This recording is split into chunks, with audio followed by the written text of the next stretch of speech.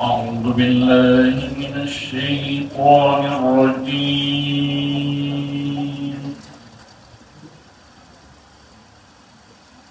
بسم الله الرحمن الرحيم.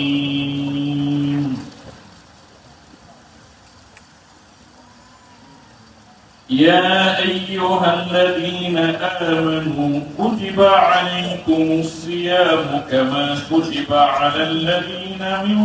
قبلكم لعلكم تتقون كما كتب على الذين من قبلكم لعلكم تتقون أياما معدودات فمن كان منكم مريضا أو على سفر فعدة من أيام أخرى وعلى الذين يطيقونه فدية طعام مسكين فمن تطوع خيرا فهو خير له وأن تصوموا خير لكم إن كنتم تعلمون شهر رمضان الذي أنزل فيه القرآن هدى للناس وبينات من الهدى والفرقان فمن شهد منكم الشهر فليصم ومن كان مريضا أو على سفر فعدة من أيام أخرى يريد الله بكم اليسر ولا يريد بكم العسر ولتكملوا العدة ولتكبروا الله على ما هداكم ولعلكم تشكرون وإذا سألك عبادي عني فإني قريب أجيب دعوة الداع إذا دعان فليستجيبوا بي فليستجيبوا لي وليؤمنوا بي لعلهم يرشدون. بسم الله الرحمن الرحيم. الحمد لله على نعمة الإسلام وكفى بها من نعمة، ثم الصلاة والسلام على سيد الأنام سيدنا ونبينا محمد بن عبد الله وعلى آله وعلى صحبته الكرام والتابعين لهم بإحسان إلى يوم لا مرد له من الله. على المسيح جل بجد قابل يسر إن الله سبحانه وتعالى يقول إن الأدومين محمد صلى الله عليه وآله وصحبه وسلم أما جامد كسيوني مودن نجنا وسبيورني لوانا نجدو مهتي على باون نقول سلمنا بالإسلام يقطع لهم على بدين على موضوع من المهم إن شاء الله الرحمن موضوع على أمير دعوة موسى محمود المبهوج لهم على موضوع يجيد وفاده يدلو لورو سومي تدل نتوى الله سبحانه وتعالى ono ɓeɗo musidɓe julɓe tedduɓe no ko kala ka ɓangorɗo waɗi woɗɗi yo Allah subhanahu wa taala hollu on gonga e ko wona yewtere kon hasika on jokkugol o walla o falkireji ɗin e yewtere nden hasika woɗɗitagol alay inchallah eɗen ɗo Allah subhanahu wa taala yo Allah lanɗon asiko en ko yewte taka ko wonni e ƴiyam taka sabi Allah kadi e woni ko yewtirde alay musidɓe julɓe tedduɓe e yewtugol wiinduɗo lewru suumay e tedduɗu o yewtugol hunde nde tawata fii muɗum no mawni fiyaake mum hino tetti e ɗo e yewtu fii lewru suuma yendu yewte fii korka kan par ce que e korka kan ko feere lewru suuma yendu ko feere bi mana mino hana andede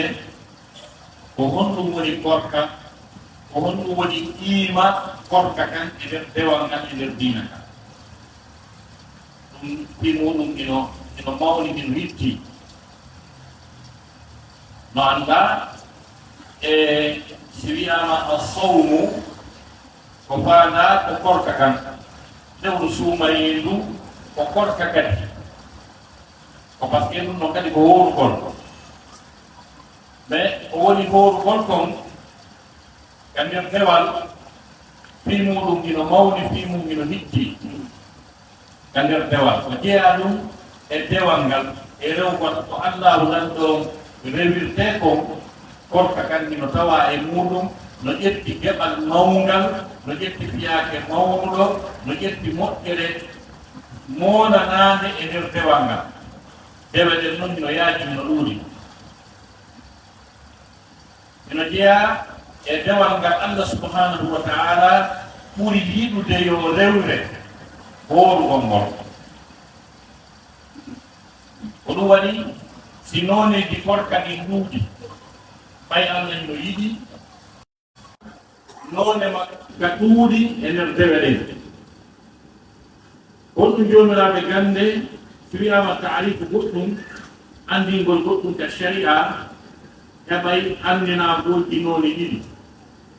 heɓete ko wiyete e attarifu lugawi wa tarifu l istilahi bi mana hunde nden anndinte ko honɗum woni nde ka konngol arabu ka haala arab ko honɗum woni ɗum ɗo gaddewal ɗo on say noon andine kañum kadi ko honɗum ɗum ɗo firti ka sharia ka diina jon noon anndingol ko honɗum woni korka ka haala arabu ɓe inni assawmu huwa al imsak ko woni korka ko joɗikatol ko haɗikagol hoore mum goɗɗum ko woni wono ko woni ko ɗum waɗi ko arabe ɓe wiyata korka kon wona ɗum sharia on wiyata korka na ɗum diina ka wiyata korka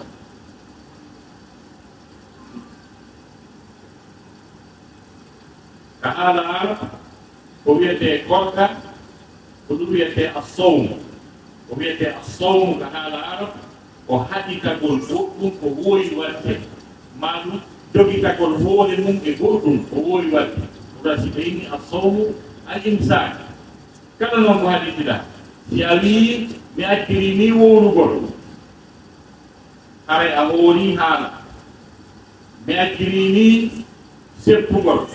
haray a hoori ɗum ɗo a hoori seppugol a haɗi hoore ma e seppugol a haɗi hoore ma wowrugol ka yimɓe haala arab ɓennayi a hoori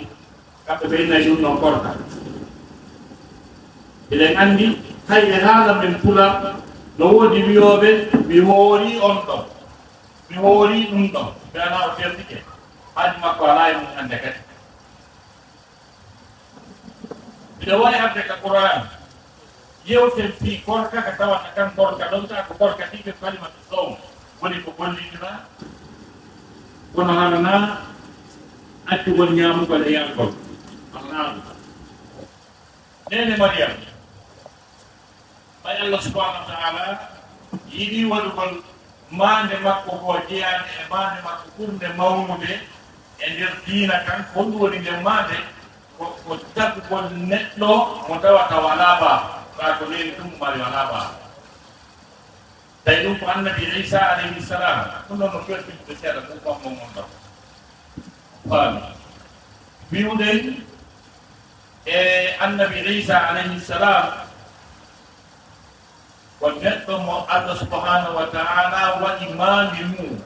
mo jeya e maandiji allah ɗin kan ko annabajo allah sabu noone no allah tagirimo noon allah tagimo tawi mo mari nene kono ala baaba kanko e annabi adama malɓeji maɓɓe ɗin no nandi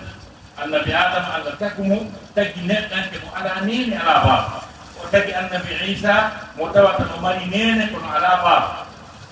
ɗum wasi allah nandindinni programme maɓɓe on o yewtiti maɓɓe allah daali inna mathala isa inda allahi ka mathali adam khalaqahu min turabin thumma qala lahu kun fayakun ko aya qur'an Allah subhanahu wa ta'ala daali misal isa o mo yoto no a misal adam allah tago adama e leydi ni ha kadi holni wonu neɗɗo o woni neɗɗo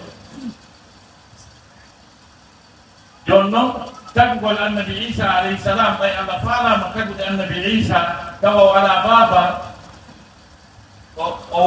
o waɗu nene mariama e programme sortagol hakkude yimɓe ɓe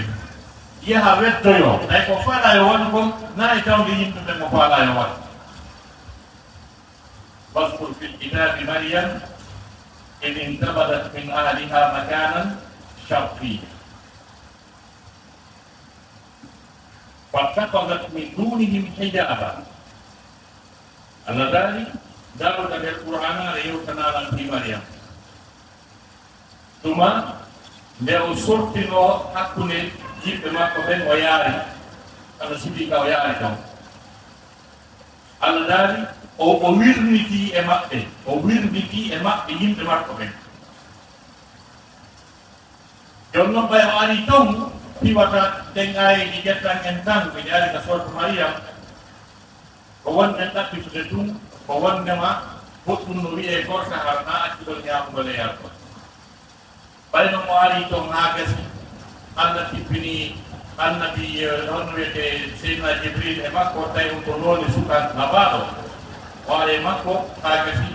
on sayi o yeetimo allah oɗan o yamirimo holli wonnema o waɗay ɓiɗɗo e makko o jibinay ɓiɗɗo oyni ko honno mi heɓirta ɓiɗɗo qalat anna yakunu li gulamun wa lam yamsasni bashar wa lam aku baghiya qala kadhaliki qala rabbuki huwa alayya hayyinun wa linaj'alahu ayatan linnas ورحمة منا وكان أمرا مقضيا bay malaikajo wi'i a heɓay ɓiɗɗo o wi holno heɓirta ɓiɗɗo ɓanndu memallan mi wonani waɗowo ko harmi allah wi ko ni jooma ma wiiri wondema kanko ɗum mettanamo mo wawi wadde ɗum sattanamo kanko moƴƴingol ɓiɗɗo kadi reɗuma ɗum jibinama Allah daali mi waɗamo kadi maane mi waɗamo kadi aya maane kañum e yurmede immorde amen déjà ɗum ñawanoma ɗan ni windanoma ɗum waɗay duuɓi duruuji capanɗe joyi aɗo tagude kam ɗum ɗin jiɗɗe leyɗe ɗe jeeɗi wa kana amran maqdiya joni noon ɓay noon o sowi ke directement o sowi ɗon e ɗon ɗum reetu noon wiƴetano lebbi dene o yaltu bimbi jiwmi yalti bimbi jiwo yalti bimbi o artini kiikiiɗe e boobo ɓendu ko ɗum noon allah waɗi tago ɗon waɗi jon noon ɓay allah o nan o yiɗi yo taw hara ko boobo on wowlata o anndi plan heɓugol ƴoyre ɗi marsingol ko faalaako ko nana jambaaki hara tooñaani ɗum no dagi waɗugol plan eɓɓa ko faalɗa kon tawa ko fula waɗɗa ƴoyre hala yimɓe ɓe yiɗata yimɓe anndata sakko ɓe bonna ɗum hino reggi allah subahanahu wa taala hino faala si nene mariama artidi e boobo on yo taw ko boobo on woolata wonana en makko ɓay noon allah yiɗi waɗugol on plan ɗon haa gasi o yamri nene mariama goɗɗum fa imma tarayinna min albashari ahadan faquli inni nadartu lirrahmani sawman falan ukallima alyawma insiya no dana hen kayno mariam aw jibini boobo on haa gasi o tambike boobo penujo haa gasi o fokkiti algol ka saare allah o tan o wimo si a ari hawroyde e ɓanninde ɓayde ma hawra e mum ko noon ɗum ɗon firirte kala ko allah daali fa imma kala e waawi firirde si a ari hawroyde e ɓanni ɓayle ma hawra e marɗilɓe haɗa yeetoɓe a ƴettodii e Allah ahadi korka anni Allah on haldi hoorugol inni nadartu lirrahmani sawman e ƴettani Allah ahadi hoorugol wani ɗon ko hoorugol Allah wi mais kono ka korka ɗo na korka accugol ñaamugol e yalkol walan ukallima alyawma insiya hande mi yewtitata e neɗɗanti ɓay Allah ko faala yo waɗu kon ko nden yande watta ko berɗon ɗum o jogiti hunduko makko kon taw wuuro jon noon ɓayo ardi e boobo on haa gasi ɓay mbi e mariam qalu ya mariam laqad jiti shay'an fariya ya ukta harun ma kana abuki imra'a saw'in wa ma kanat ummuki baghiya ɓay mbi e mariam ardiɗo ko ngaddini boobo a jombaka taw ɗum ɗo no ngaddini ha si a waɗi ɗum ɗo haray a waɗi ɗum a tawa ɗum yumma ma hari aynotaka hari ɓerma nane ka bonɗo jon noon e mino yo o landama en kanko mo andi ko feƴƴi ko kamɓe ɓe anda himo faala wolde kono yeyatama ndengente wolta ɓay o mapike o aani ko bobo o sappi fa asharat ileyhi qalu kayfa nukallimu man kana fi lmahdi sabiya ɓay o sappike bobo ɓe inni ene mariama on ɗo ɓe yewtidirta e bobo penuujo ko bobo penuujo on jaaboto ko ɓe landimako ɓay on kadi ko sappi ko haa ɗum ɗo wiye qala inni abidullahi atani alkitaba wa jaalani nabiya wa jaalani mubarakan aynama kuntu wa awsani bilsalati walzakati ma dumtu hayya wa barran biwalidati walam yaj'alni jabbaran shaqiya nde o sappinomo tum bobo ngu woodi o wi min komi jeyaaɗo Allah allahu lanɗo on jonnilan deftere men o waɗilan annabaajo o waɗilan waɗaɗo parti kala kami woni kala kami yi'a kami tawa o kami yaltiti o ko moƴƴere yaltita wona ɓiɗɗo subhanallah allahu bare ko yetude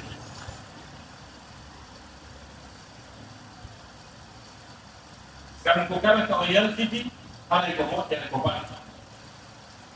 o yamirinan juulugol e worgol fanni tamami ɗo wuuri o yamirinan ɗiggangol yumma o waɗani lamman kitaba no woodi ko dowaɗen faamude e ayi woni très important gogo konguɗiɗinno nde abbiri noon no mari mana inni abdullahi ɓaɗa ko ɗum adori min komi jiyaɗo Allah ko ɗum adorana konno ton ko ɓay Allah hino andi o janɗoyi e wiyoyay ko ɓiɗɗo Allah taki on mani ɗum moƴƴa Allah no andi e gandal makko wirningal si o bobo ɗo janɗoyi e wiyoyay ko ɓiɗɗo Allah ko so adori wirgol ko maccoto Allah ko jiyaɗa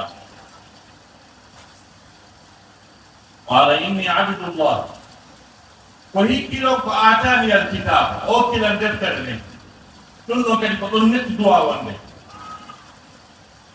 ko fiyon ɗum koko hikkodiri e okkede deftere nden on taway ko deftere nden aɗa to wa atani alkitaba wa jaalani nabiya goɗɗo no wawi wonde annabajo ala deftere dippaki e makko andi ko deftere dippoto taw fi haala e fiya annabi ka rasimini e watta hakkille e ayon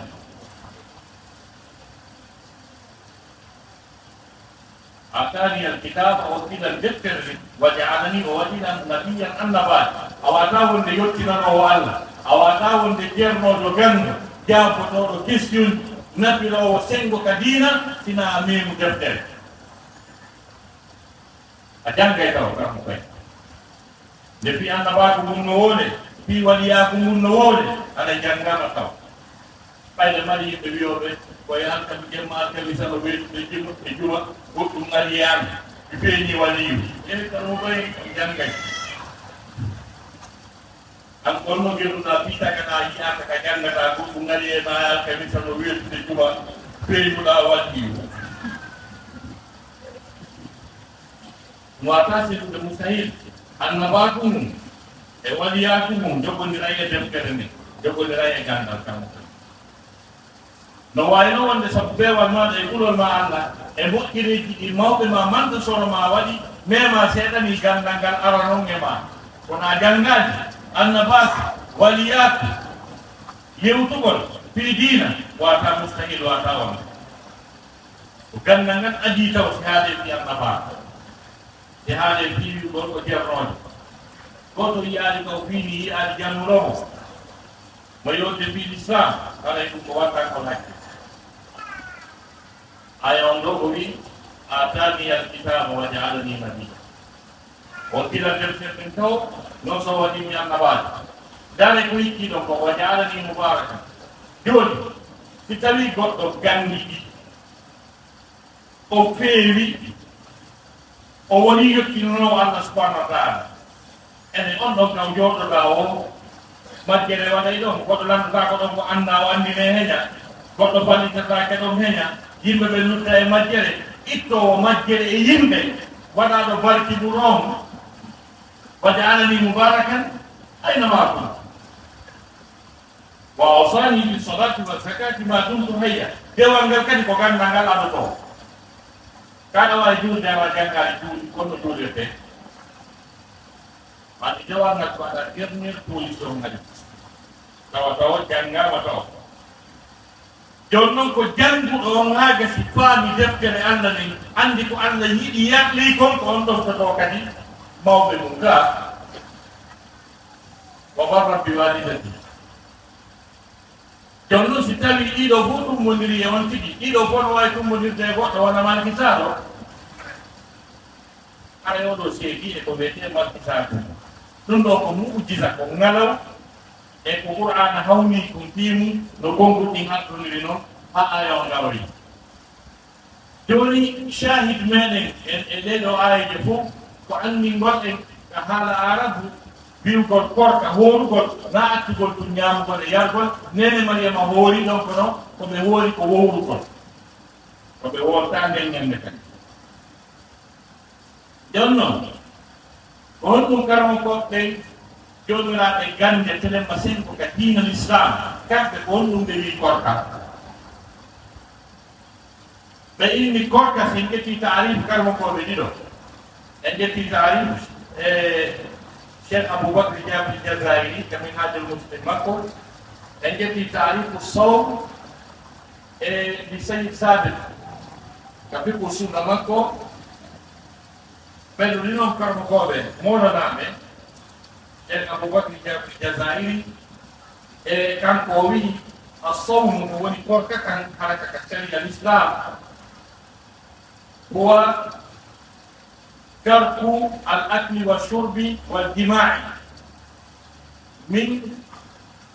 طلوع الفجر إلى غروب الشمس أوي وندما معنية التعبد أوي أولي كوركا كالشريعة كالإسلام كدينا وأكتبول نيامبول يربول رندبول بيبول مندي إيكا فجري فيري دو ها كناغي نموتي كدو مندوتي أنمية رewgol Allah ɗum ɗo kala manko kulɗo arena korka ko sharia ka jiɗi si atti ñamugo kono a yaani a worani so atti ñamugol e yargol kono a rendi a worani so atti ñamugol e yargol e rendugol kono tawi fajiri on feeri nangue yalti si fuɗɗiɗa a worani sa fuɗɗika ka fajiri on feeri ɗon a naɓi hakka alansara nangue mutoyaade a worani si a waɗi ɗum ɗo fof kono hara na anniye rewgol Allah a worani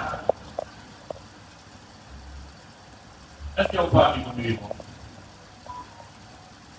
ko accugol ñaamugol ngol e yargol ngol e renndugol ngol iwi ko fajiri o feeri ɗon haa ka nangue mutoyta ɗon wondude e anniye rewgol Allah subhanahu wa taala ɗo woodi wonɓe hoorude tawa na anniye dewa hiɓe nganndi ɓe faala yo ɓe ɗuyto dokkerɓe ɓe wi poids maɓɓe ɗo janndi ɓen no joni ɓe howru fiyoɓe ɗuyto fiyoɓe bente ɗum forme kan korka ɗon wona korka baraji ko goɗɗum go na anniye dewa ɗum kontaka korka kal islam sayid sabe ka fiqu sunna o wi assawmu huwa tarku lmuftirat min tulu'i lfajr ila ghurubi shams ila ghurubi shams ma'niyati ta'ab kanko hawsi o wi tarku lmuftirat accugol taƴinoji ɗi ko ñamgol e yargol e rendugol ƴeewi ka fajiri o feeri ɗon haa ka nange mudoyta ɗon wondude e anniye rewgol Allah subhanahu wa taala jon noon kala ko wiyete korka ko fof korka o wiyete korka kon fof ɗo sennditi peƴƴe ɗiɗi wattane ŋakkil moƴƴo ko korka dagiika e korka harmuka korka dagiika e korka harmuka ko ɗum woni kala mo yiɗon no hoori ko imma mo wurde ko dagi ma ko wonde ko harmuka korka dagiika ko korka ka tawata si a hoori ina mari baraji ka Allah subhanahu wa ta'ala tawa ko korka ka tawata Allahu lamɗo no yamiri ka nela sallallahu no yamiri ka korka ko ɗum ɗo wiyete korka dagiika korka harmuka ko korka ka Allahu lamɗo on e nela ɗon haɗi horugo maara ɓe yamirani hoore kan ɗon korka e ka harmuka jon noon aren e korka harmuka kan korka harmuka kan ko kala korka ka goɗɗo hoori tawa ko fii baraji o woni hoori e tawi ko horugol fii ɗuydagol kan harma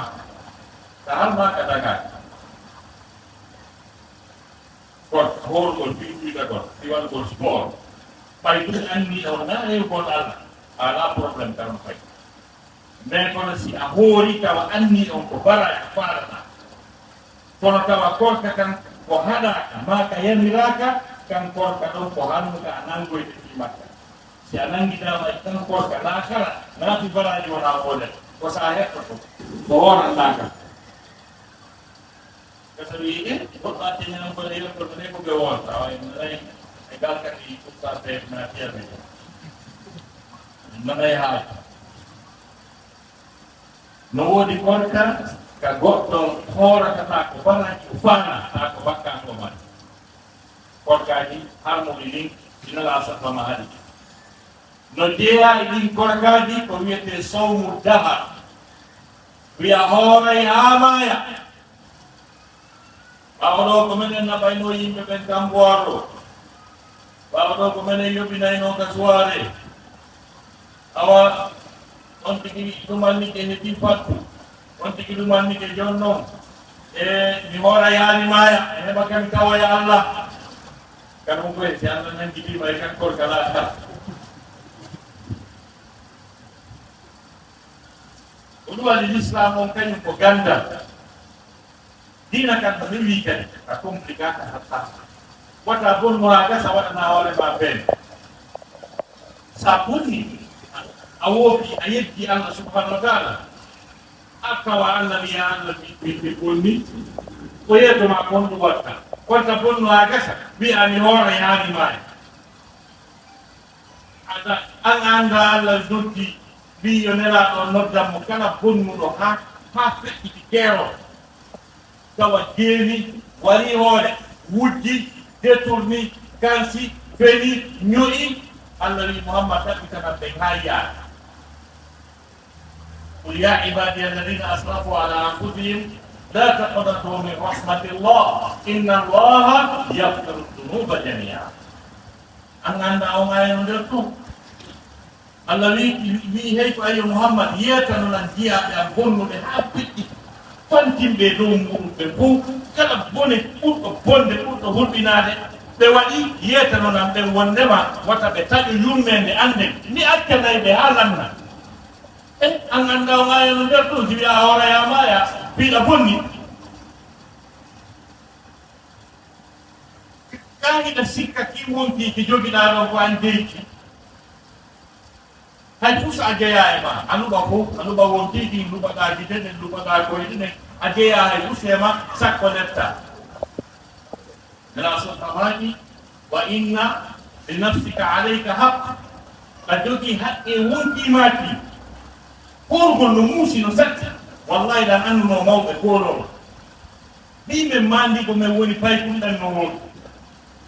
ko ɓe fuɗɗinoɓe yiide hani ɓe sembi ɓe dari ɓe foti ɓe laba takko ko ɓe mayata faydaɗe ɗo ni skelet ko ƴiye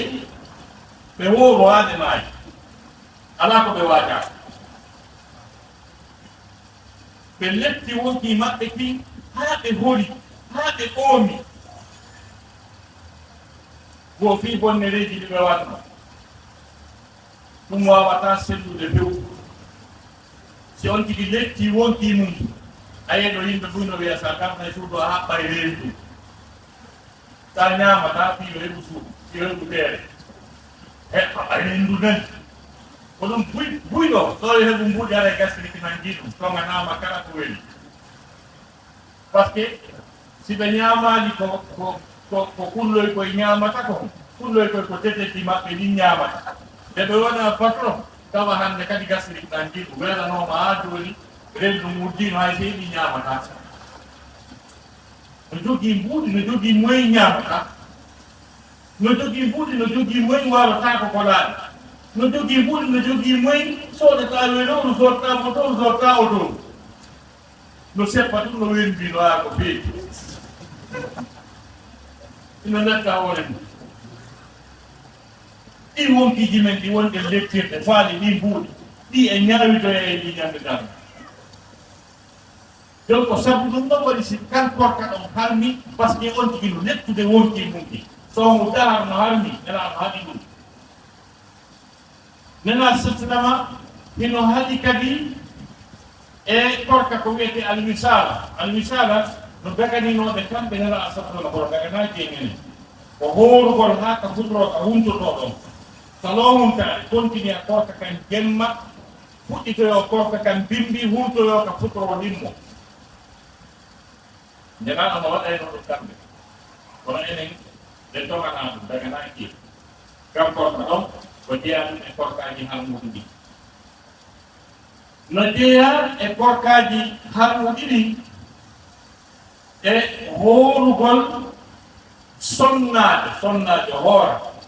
hara ko naafiɗo na suumayem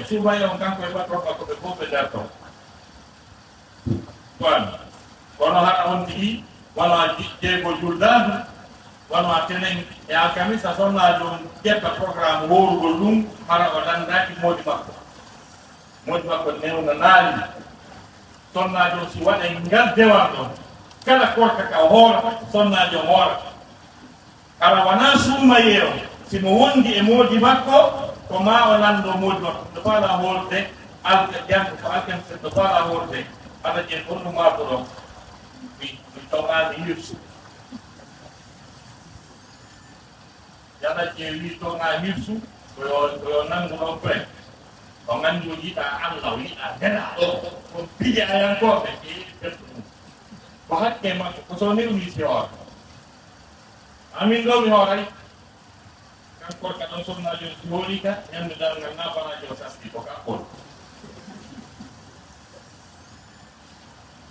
modi makko no yeeyi ko yaasi no arti hino faala o nanga ɗon hoorugol balɗe jeego no diga programme ji man sey ɗon fonkata nder ɗon kay ko fiyon ɗum waɗi si lissamu o wi o sonnaɓe décision si ɓe hoora korka kan ko par ce que moodi maɓɓe no wawi joga kon haaji e maɓɓe ñalorma ɗi kala yimɓe duyno sikka mbaldi ko jemma ɗum ñalorma tawaka donc kankor ka ɗon kañum kadi daganaki sonnaɓe ɓe ala balaji e makka si ɓe disinaki moodi maɓɓe newnani ɓe no jeeya kañum kadi e korka harmuka hoorugol ka dagaki hoorugol ñande julde hoorataki e rondi noon probléme ɗi monanani affaire garagol juldere ni o ɗum wasiti islamu o wii wondema ko jogii konngol ko hondetuma juulete ko autorité on jogiingol konngol halfinaɗe fi diina kan ɗum na programme maɗa anda halfinaɗe fi diina kan si ɓe wii janngo ko julde haɗay koyo julɓe ɓe fof janngo ko julɓe. hay si tawi noon ka kalimore ka kalfi janngo ko ñallan suumaye, hay si tawi janngo ko ñallan suumaye, laamu halfinaɓe mbiɗina kan si wii yo ñaame juule kala pelle ɗa pelliti ko ñallan suumayeno ko ya ñaamu juula ŋatta wadde ñaama juula ha moƴƴa joɓitoya ñalla allah nangoya noon winoɓe ɗum ɓe ɓe ɓen no leydiɗoye ala yala ɗo ɓe wiɓe yo juula tawi andi ko ñallan suuma e ko ɓe ngalla nangoyta kono an a ñaama e juula ha gasa